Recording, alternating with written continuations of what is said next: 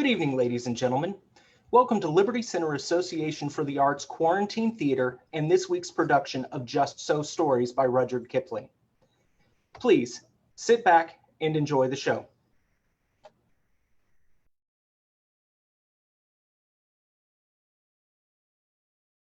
Oh, best beloved, there are many tales from far-off lands of how things came to be just so. The far-off land might be an island, or a veldt, or a jungle, or a cave, or even the sea. The animals were mostly the same, but just a little bit different. Man, who is an animal, no doubt did not have all of the things that he does now. We think of things as just so, but they haven't always been. I shall tell you, best beloved, the tales of how things were, and how things are, and how we know them now. In the high and far-off times, the elephant, oh best beloved, had no trunk. He had only a blackish, bulgy nose, as big as a boot, that he could wriggle about from side to side, but he couldn't pick up things with it.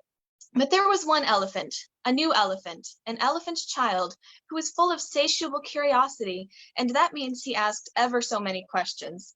And he lived in Africa, and he filled all of Africa with his satiable curiosities.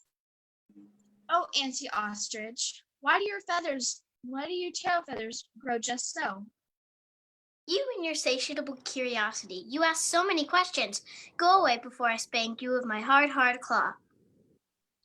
Oh, Auntie Hippopotamus, why are your eyes so red, and why are you so broad? I don't have time for your questions, you silly elephant child. Go away before I spank you with my broad hoof. My child, never ask an auntie why she is so broad.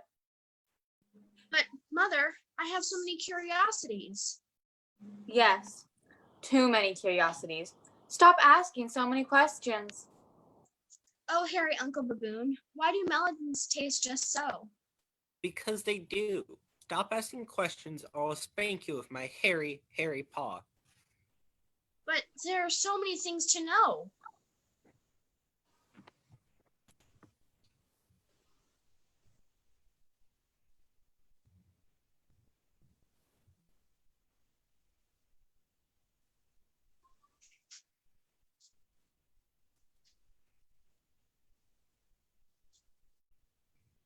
There are so many things to know.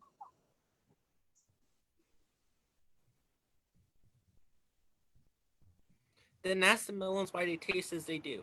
I know that they do, and it's enough for me. But a melon cannot tell me why it tastes just so. You have eaten so many melons. Surely you must know. Leave your uncle be, or I will let him spank you with his hairy paw. Even though his mother said no, the elephant's child could not stop. Still, he was full of satiable curiosity. He asked questions about everything that he saw, or heard, or felt, or smelled, or touched, and all his uncles and his aunts threatened to spank him. He asked old questions and new questions, and even some borrowed questions. One day, though, he asked a question that he had never thought of before. What does a crocodile eat for dinner? Hush, no more questions. But there is not a crocodile to ask. Do you know, Mother? I do not know. I do not know a crocodile. Do you know, Auntie Ostrich? No, do not ask again, or I will spank you with my hard claw. Do you know, Auntie Hippopotamus? No, I know what I eat for dinner. I don't care to know anything else. Uncle Baboon, do you know what the crocodile eats for dinner? I will feed you the crocodile if you do not stop asking questions. The elephant child was disappointed, you see, oh best beloved, because he could not find an answer to his question. That was not unusual, as his mother and father and aunties and uncles rarely told him an answer, but often he could find an answer for himself. He knew what his Uncle Baboon ate for dinner. He knew where his Auntie Hippopotamus liked to sleep. He even knew how many eggs his Auntie Ostrich laid. But this question about the crocodile's dinner seemed to him a good question, and a possible question, and a question that had an answer. He was pondering this question one day when he found a melon, his Uncle Baboon's favorite food, and took it to eat away from his very unhelpful family. He came across a colocolo bird sitting in the middle of a wait-a-bit thorn bush. My mother and my father and my Auntie Ostrich and my Uncle Baboon and many more have punished me for my satiable curiosity. But I still want to know, what does the crocodile have for dinner? Do you know what the crocodile eats for dinner? I do not, but I know how to find out. Oh, colloquial bird, how can I find out? Go to the banks of the great, gray, green, greasy Limpopo River, also about with fever trees, and find out. I will. I will find out for myself what the crocodile has for dinner. There you shall find many crocodiles who will tell you what they eat for dinner. That very next morning, when there was nothing left of the equinoxes, because the procession had proceeded according to precedent, this satiable elephant's child packed provisions for the long trip ahead. He took 100 pounds of bananas, the little short red kind, and 100 pounds of sugar cane, the long purple kind, and 17 melons, the greeny crackly kind. He proceeded to say goodbye to his family. Goodbye. I'm going to the great, gray, green, greasy Limpopo River, all set with fever trees, to find out where the crocodile has for dinner. His family tried to spank him once more for luck, though they did not, as he asked them most politely to not. Then he went away, a little warm, but not at all astonished, eating melons and throwing the rind about because he could not pick it up. He went from Grahamstown to Kimberley, and from Kimberley to Kama's country, and from Kama's country he went east by north, eating melons all the time, till at last he came to the banks of the great gray-green, greasy Limpopo River, all set about with fever trees, precisely as Kolokolo Bird had said. Now, you must know and understand, O best beloved, that till that very week and day and hour and minute, this satiable elephant's child had never seen a crocodile and did not know what one was like. It was all his satiable curiosity.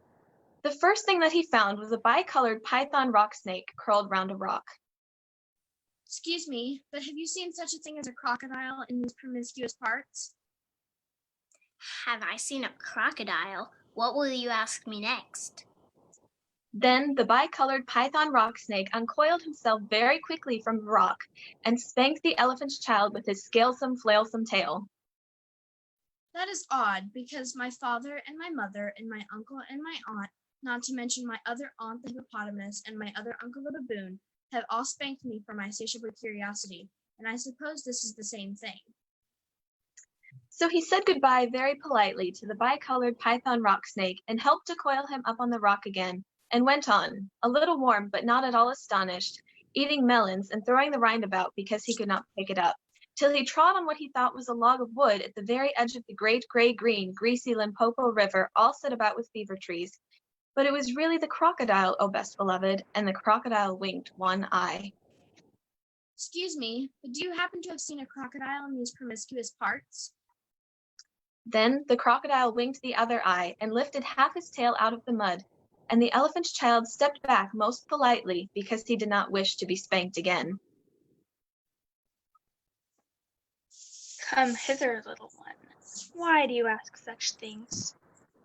Excuse me, but my father has spanked me, my mother has spanked me, not to mention my tall aunt the ostrich, and my tall uncle the giraffe, who can kick ever so hard, as well as my broad aunt the hippopotamus and my hairy uncle the baboon, and including the bicolored python rock snake with the scalesome, flailsome tail, just up the bank, who spanks harder than any of them.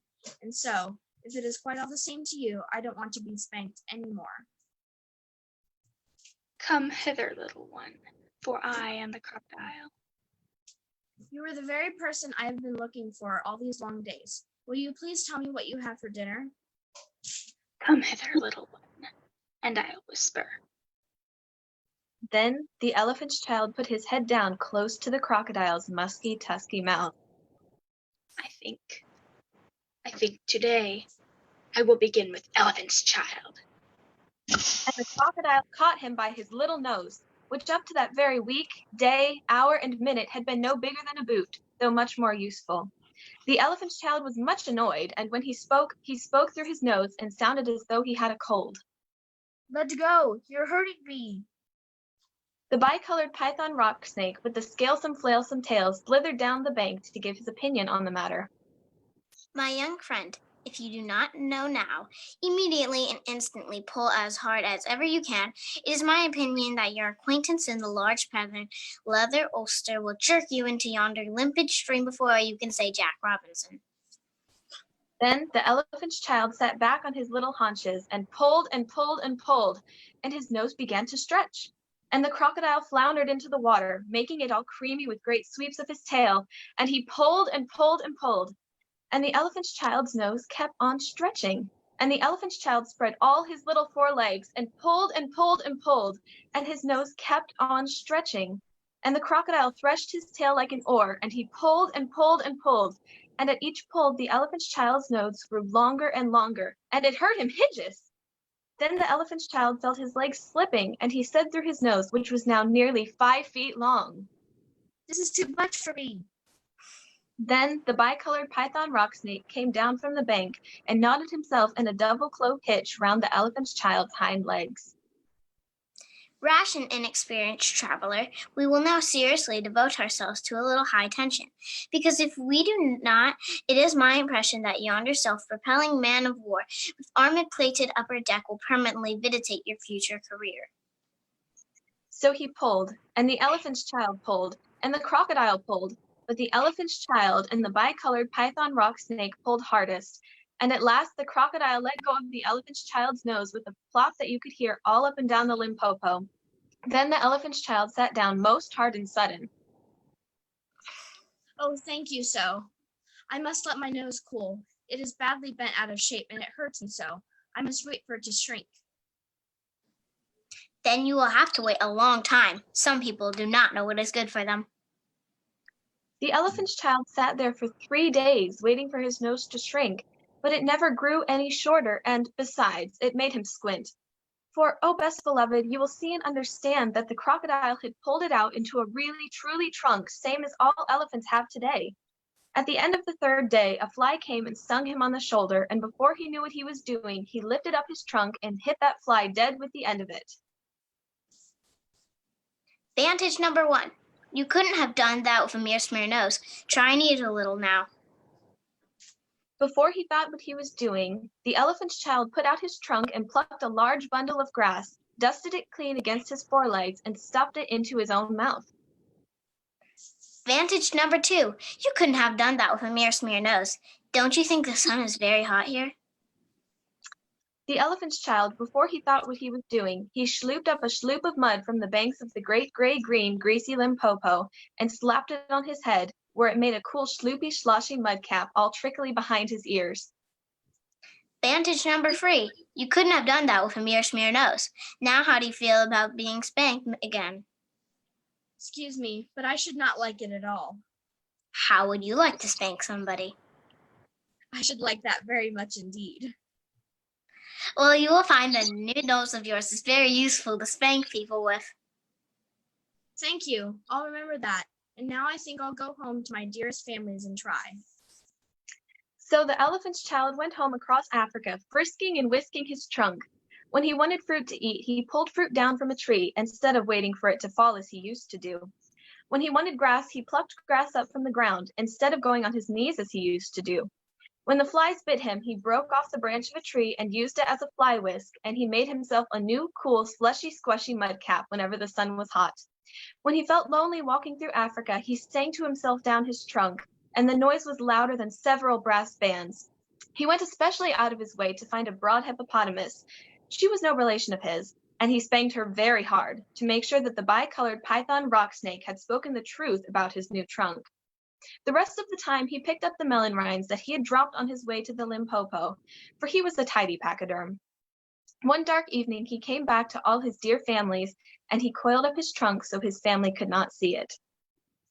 "How do you do? I have returned from the banks of the great gray-green, greasy Limpopo River. I met the crocodile and asked him what he ate for dinner."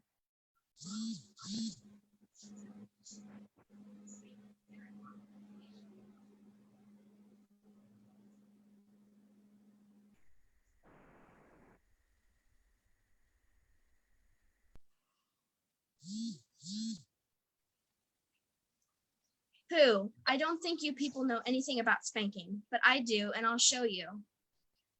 Then he uncurled his trunk and knocked 2 of his dear brothers head over heels. "Oh, bananas! Where did you learn that trick? And what have you done to your nose?"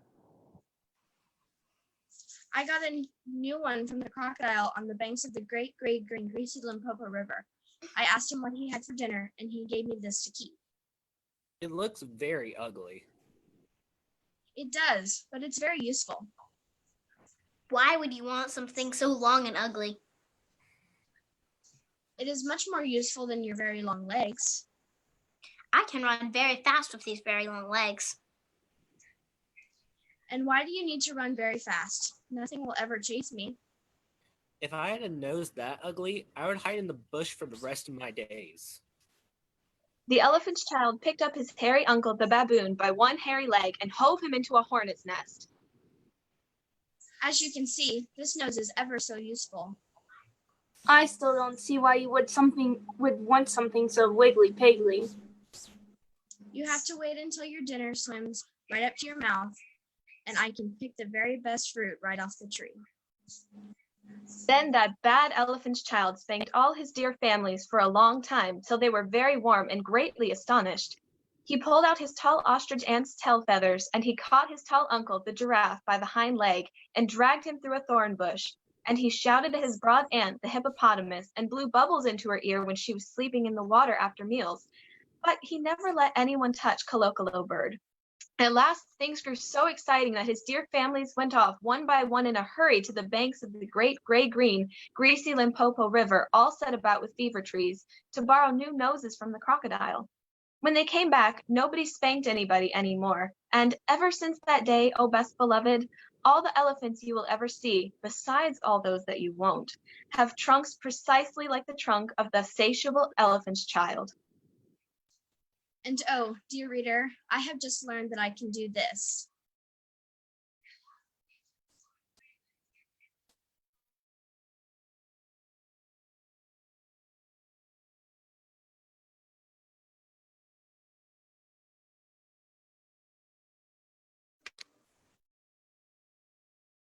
Now this is the next tale, and it tells of how the camel got his big hump. In the beginning of the years when the world was so new and all the animals were beginning to work for the man, there was the camel, and he lived in the middle of the howling desert because he did not want to work. And besides, he was a howler himself. He ate sticks and thorns, tamarisk and milkweed and prickles, and a most excruciating idle. When someone spoke to him, he just said, just and no more. Presently, the horse came to him on Monday morning.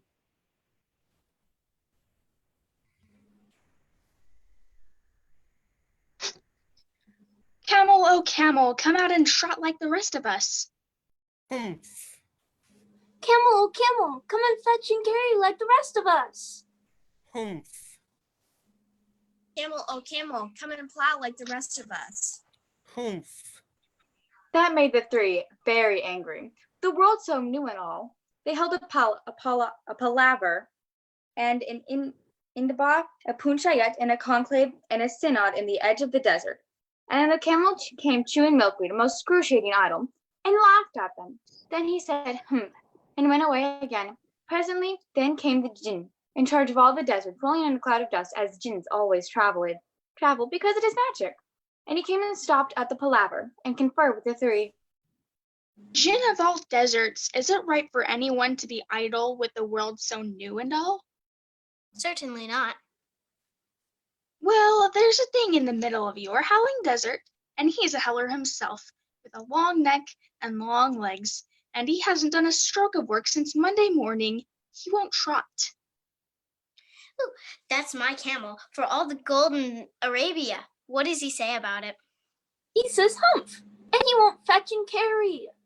Does he say anything else? Only and he won't plow. Very good. I'll humph him if you kindly wait a minute. The jinn rolled himself up in his dust cloak, and took a bearing across the desert, and found the camel, most excruciating idle, looking at his own reflection in a pool of water.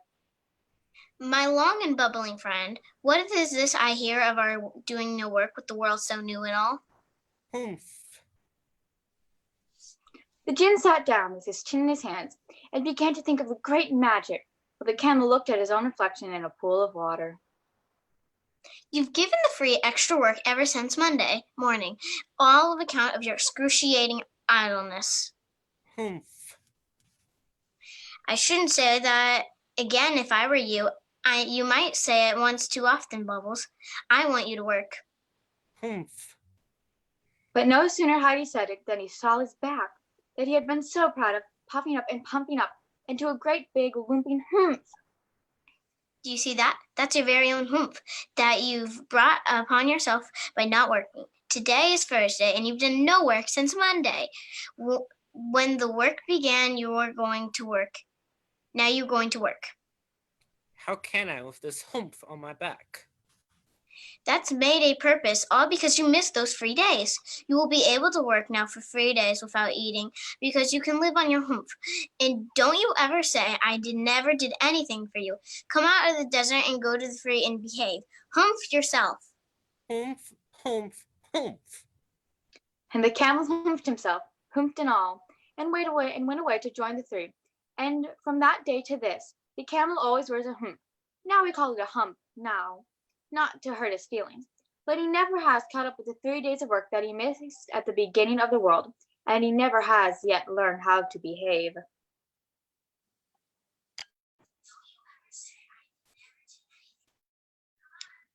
In these days when everybody started fair, best beloved, the leopard lived in a place called the High Veld, the giraffe and the zebra and the eland and the kudu and the hartebeest lived there.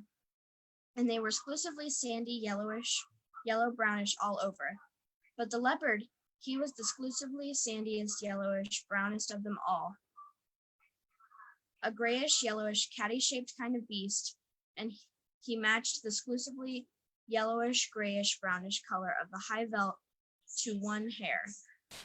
This was very bad for the giraffe and the zebra and the rest of them, for he would lie down by exclusively yellowish, grayish, brownish stone or clump of grass, and when the giraffe or the zebra or the eland and the kudu or the bushback of the Bonte buck came by, he would surprise them out of their jumpsome lives.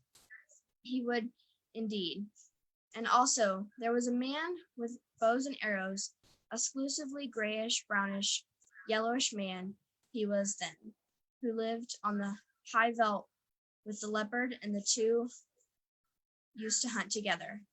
The man with his bows and arrows, and the leopard exclusively with his teeth and claws, till the giraffe and the eland and the kudu and the quagga and the rest of them didn't know which way to jump. Best beloved, they didn't indeed. After a long time, things lived for ever so long in those days. They learned to avoid anything that looked like a leopard or a man, and bit by bit, the giraffe began it. Because his legs were longest, they went away from the high veld. They scuttled for days and days and days till they came to a great forest, exclusively full of trees and bushes, stripy, speckled, patchy, blotchy shadows, and there they hid. And after another long time, with that standing half in the shade and half out, and with what the slippery, slidey shadows of the trees falling on them, the giraffe grew blotchy, and the zebra grew stripy. The eland and the kudu grew darker, which the wavy gray lines on their backs like bark on a tree trunk. And so, though you could hear them and smell them, you could very seldom see them, and then only when you knew precisely where to look. They had a beautiful time in the exclusively spickly shadows of the forest, while the leopard and the man ran out over the exclusively grayish, yellowish, reddish high veld outside, wondering where their breakfasts and dinners and teas had gone. At last they were so hungry that they ate rats and beetles and rock rabbits, the leopard and the man, and they had the big tummy ache both together. And they met Fabian, the dog-headed barking baboon, who was quite the wisest animal in all South Africa. Where has all the game gone?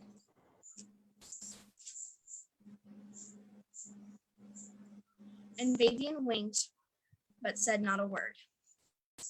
Can you tell me about the present habitat of the aboriginal fauna? That meant just the same thing, but the man always used long words. He was a grown-up. The game has gone into other spots, and my advice to you, leopard, is to go into other spots as soon as you can. This is all very fine, but I wish to know whither the aboriginal fauna has migrated.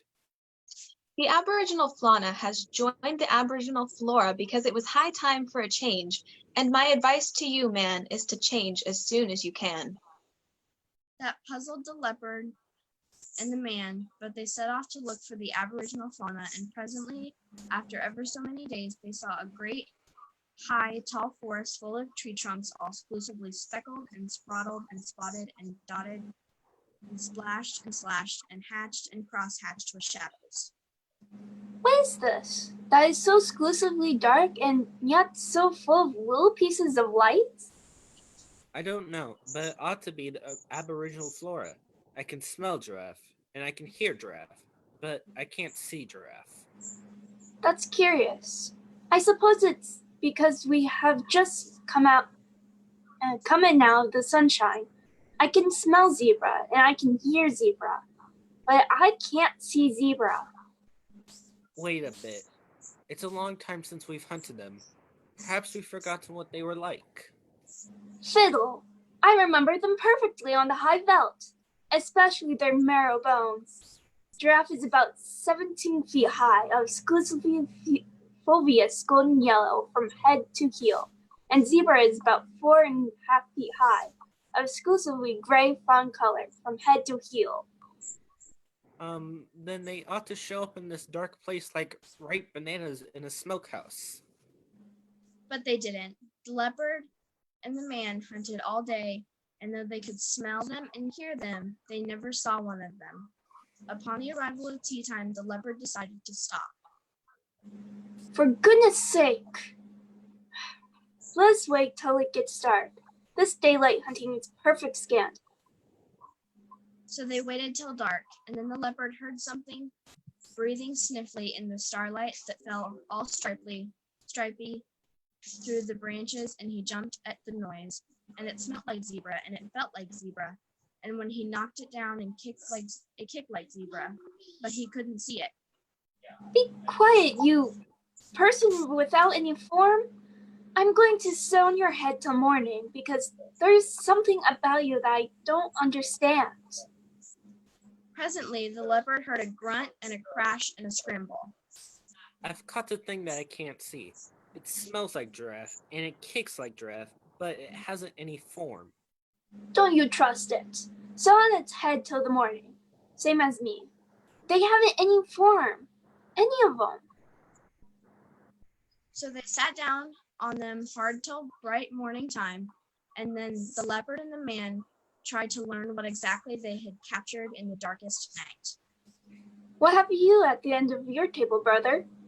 It ought to be exclusively a rich, fulvous orange tawny from head to heel, and it ought to be giraffe, but it's covered all over with chestnut blotches. What have you at your end of the table, brother? It ought to be exclusively a delicate grayish fawn, and it ought to be a zebra, but it's covered all over with black and purple stripes. What in the world have you been doing to yourself, zebra? Don't you know that if you were on the high velds, I could see you 10 miles off? You haven't any form. Yes, but this isn't the high belt. Can't you see? I can now, but I couldn't all yesterday. How is it done? Let us up and we will show you. Oh, yes, please. This has been terribly uncomfortable with someone upon my head all night. They let the zebra and the giraffe get up, and the zebra moved away to some little thorn bushes where the sunlight fell all stripy, and the giraffe moved off to some tallish trees where the shadows fell all blotchy. I've got stripes and he's become spotted, as we shouldn't be the same.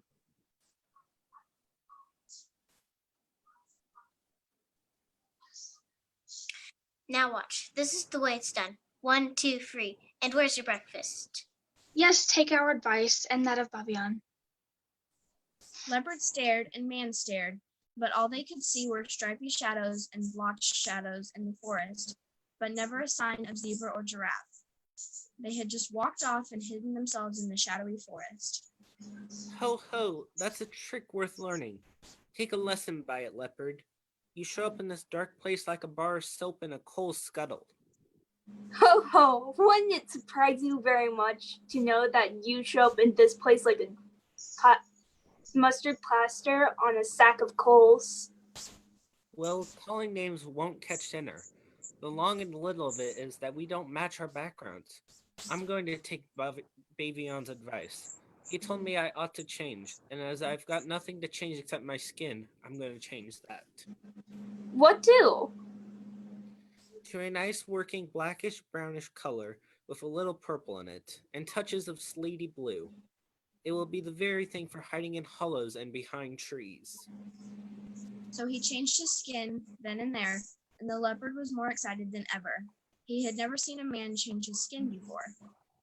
You look very handsome in your new skin. But what about me? You take Bavion's advice too. He told you to go into spots. So I did. I went to other spots as fast as I could. I went to this spot with you, and a lot of good it has done me. Oh, Bavion didn't mean spots in Africa. He meant spots on your skin. What's the use of that? Think of giraffe. Or if you prefer stripes, think of zebra. They find their spots and stripes give them perfect satisfaction. I wouldn't look like zebra, not for ourselves. Well, make up your mind, because I'd hate to go hunting without you, but I must if you insist on looking like a sunflower against a tarred fence. I'll take spots then, but don't make them too vulgar big. I wouldn't look like giraffe, not for ourselves. I'll make them with the tips of my fingers. There's plenty of paint left on my skin still. Stand over. Then the man put his 5 fingers close together and pressed them all over the leopard. And wherever the 5 fingers touched, that left little black marks all close together. You can see them on any leopard skin you like. Best beloved, sometimes the fingers slipped and the marks got a little blurred. But if you look closely at any leopard, now you will see that there are always 5 spots off 5 fingertips. Now you are a beauty. You can lie out on the bare ground and look like a heap of pebbles. You can lie out on the naked rocks and look like a piece of pudding stone. You can lie out on a leafy branch and look like sunshine sifting through the leaves. And you can lie right across the center of a path and look nothing in particular. Think of that and purr. But if I'm all this, why didn't you go spotty too? I haven't decided if I'm satisfied. I may play with a lip of colors. Now come along and we'll see if you can get even with Mr. 123. What's your breakfast? So they went away and lived happily ever afterward. Best beloved, that is all. Oh, now and then you will hear the grown-ups say, "Can the leopard change his spots?" I don't think even grown-ups would keep on saying such a silly thing if the leopard hadn't done it once. Do you? But he will never do it again, best beloved. He is quite contented as he is.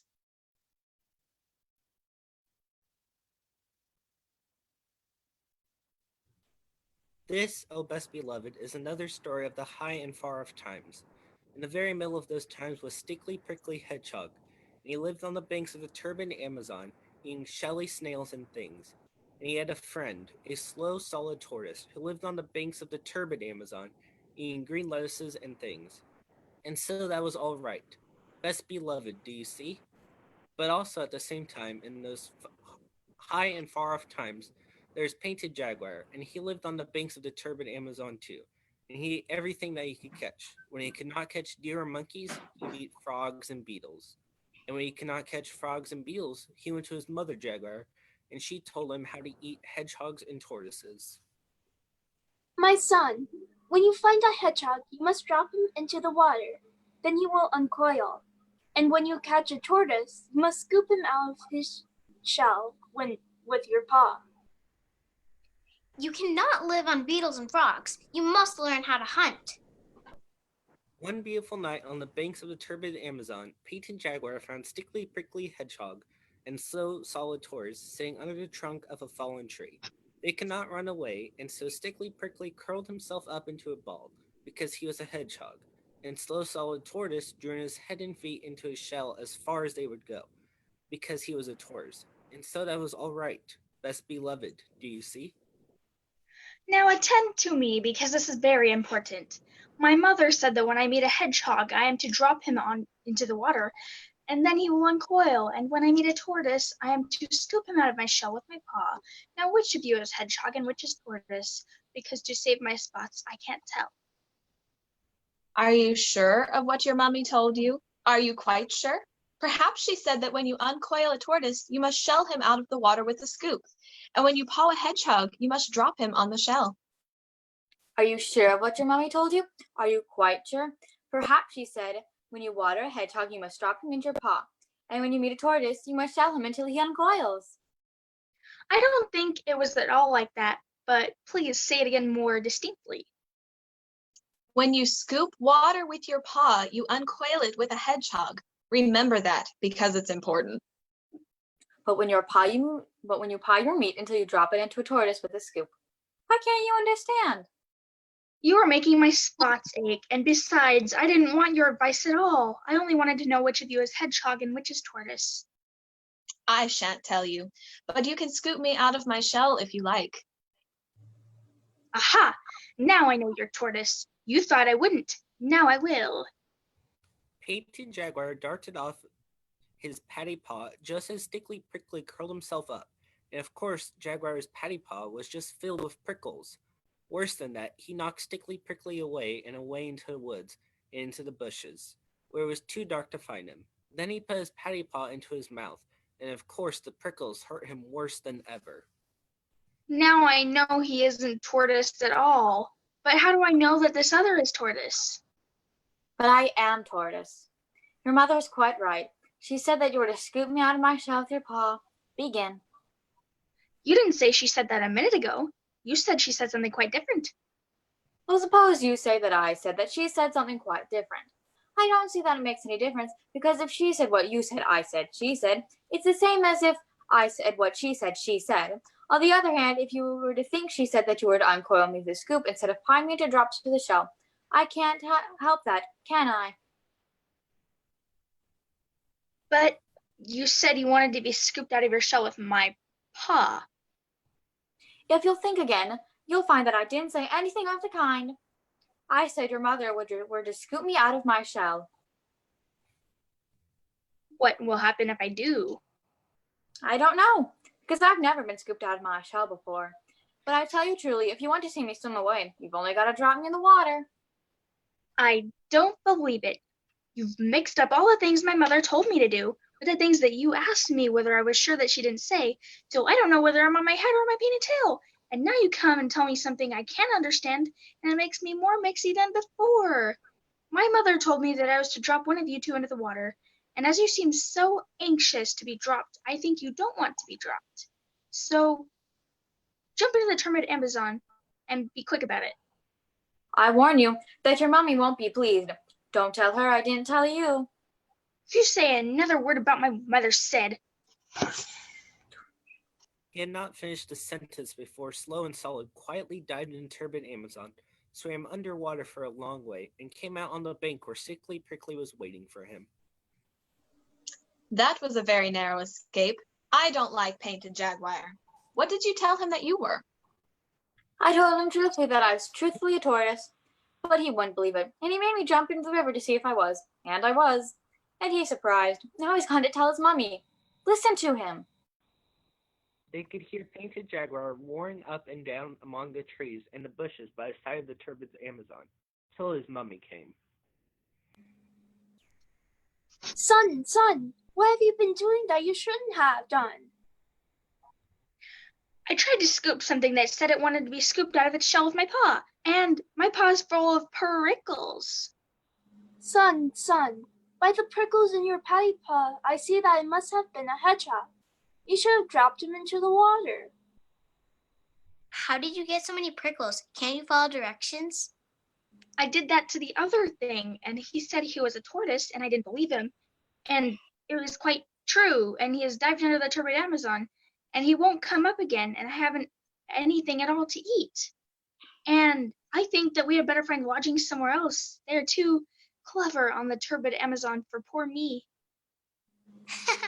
They're very different animals. Why can't you see that? Hush! Son, Now attend to me and remember what I say. A hedgehog curls himself up into a ball, and his prickles stick out every which way at once. By this you may know the hedgehog. I don't like this old lady one little bit. I wonder what else she knows. A tortoise can't curl himself up. He only draws his head and legs into his shell. By this you may know the tortoise. His shell is so very hard. I don't like this old lady at all. Even Painted Jaguar can't forget those directions.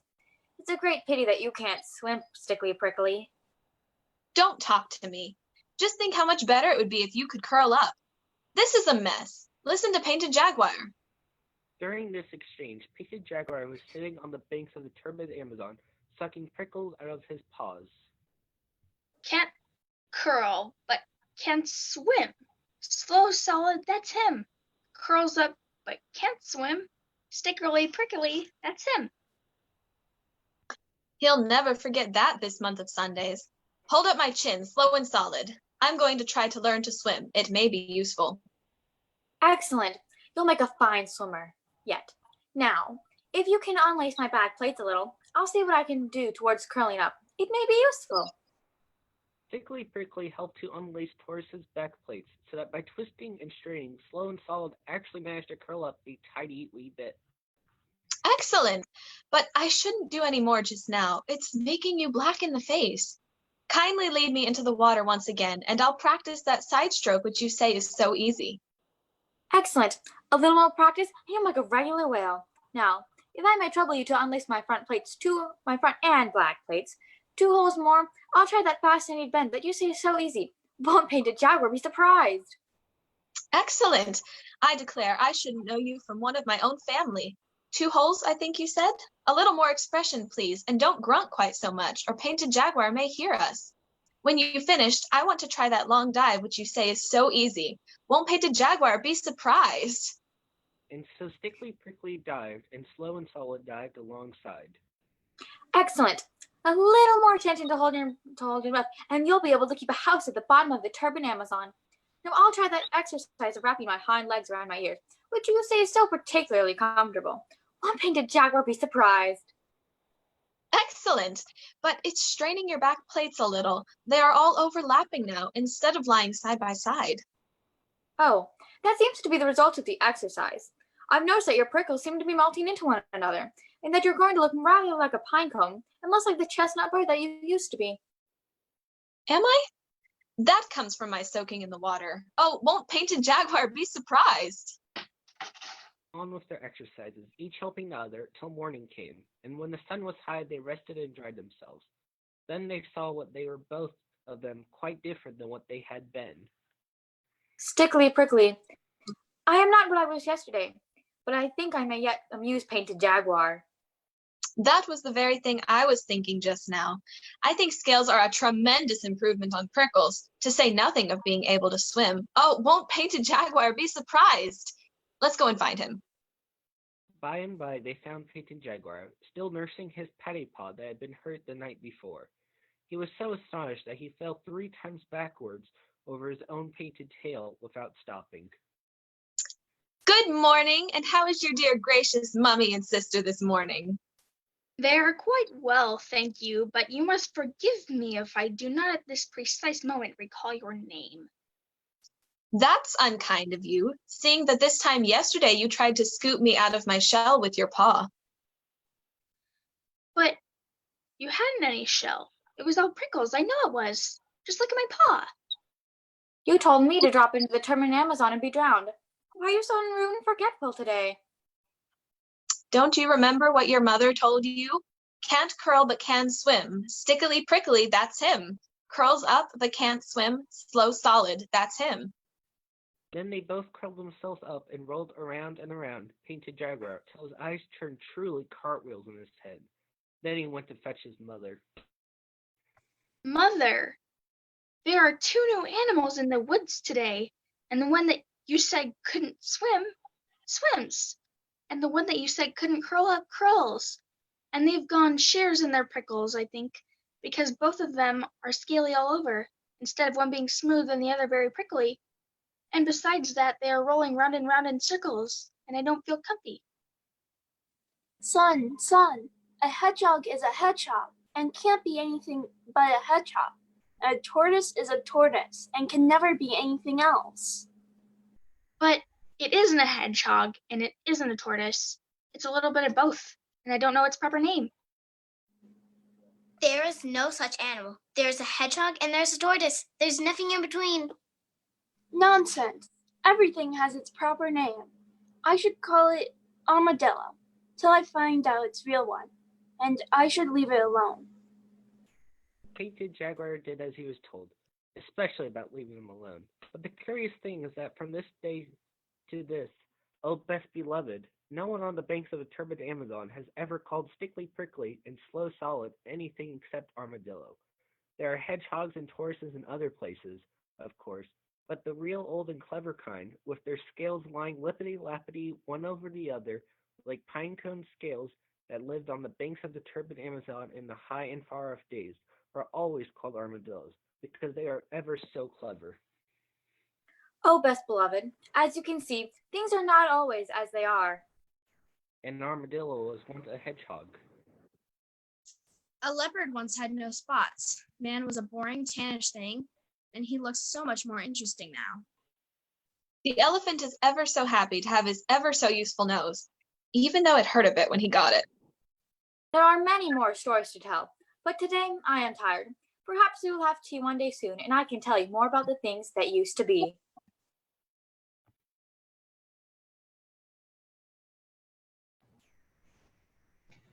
Thank you, ladies and gentlemen. That concludes this evening's presentation of Rudyard Kipling's Just So Stories. My name is Carl Hutcherson. I was the director of this evening's presentation. I would like to take this time to bring the cast back out. First, we have Abigail Bowlin playing hippopotamus, colocolo bird, dog, leopard, and mother jaguar. Molly Clark playing ostrich, snake, gin, giraffe, and sister jaguar.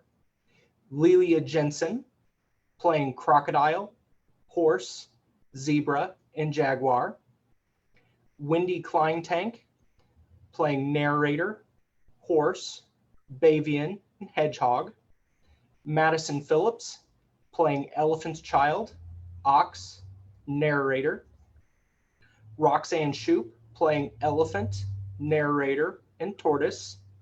And Gabriel Sokolowski playing baboon, camel, man, and narrator.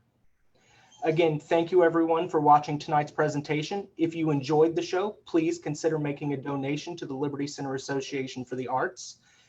Please stay tuned on Liberty Center's Facebook page. Our next quarantine theater will be on July 11th and will feature an improv presentation from our junior theater workshop. Shortly after we end this stream, we will begin another stream as a talkback again on Liberty Center's Facebook page. Please stick around for that. Thank you and have a good evening.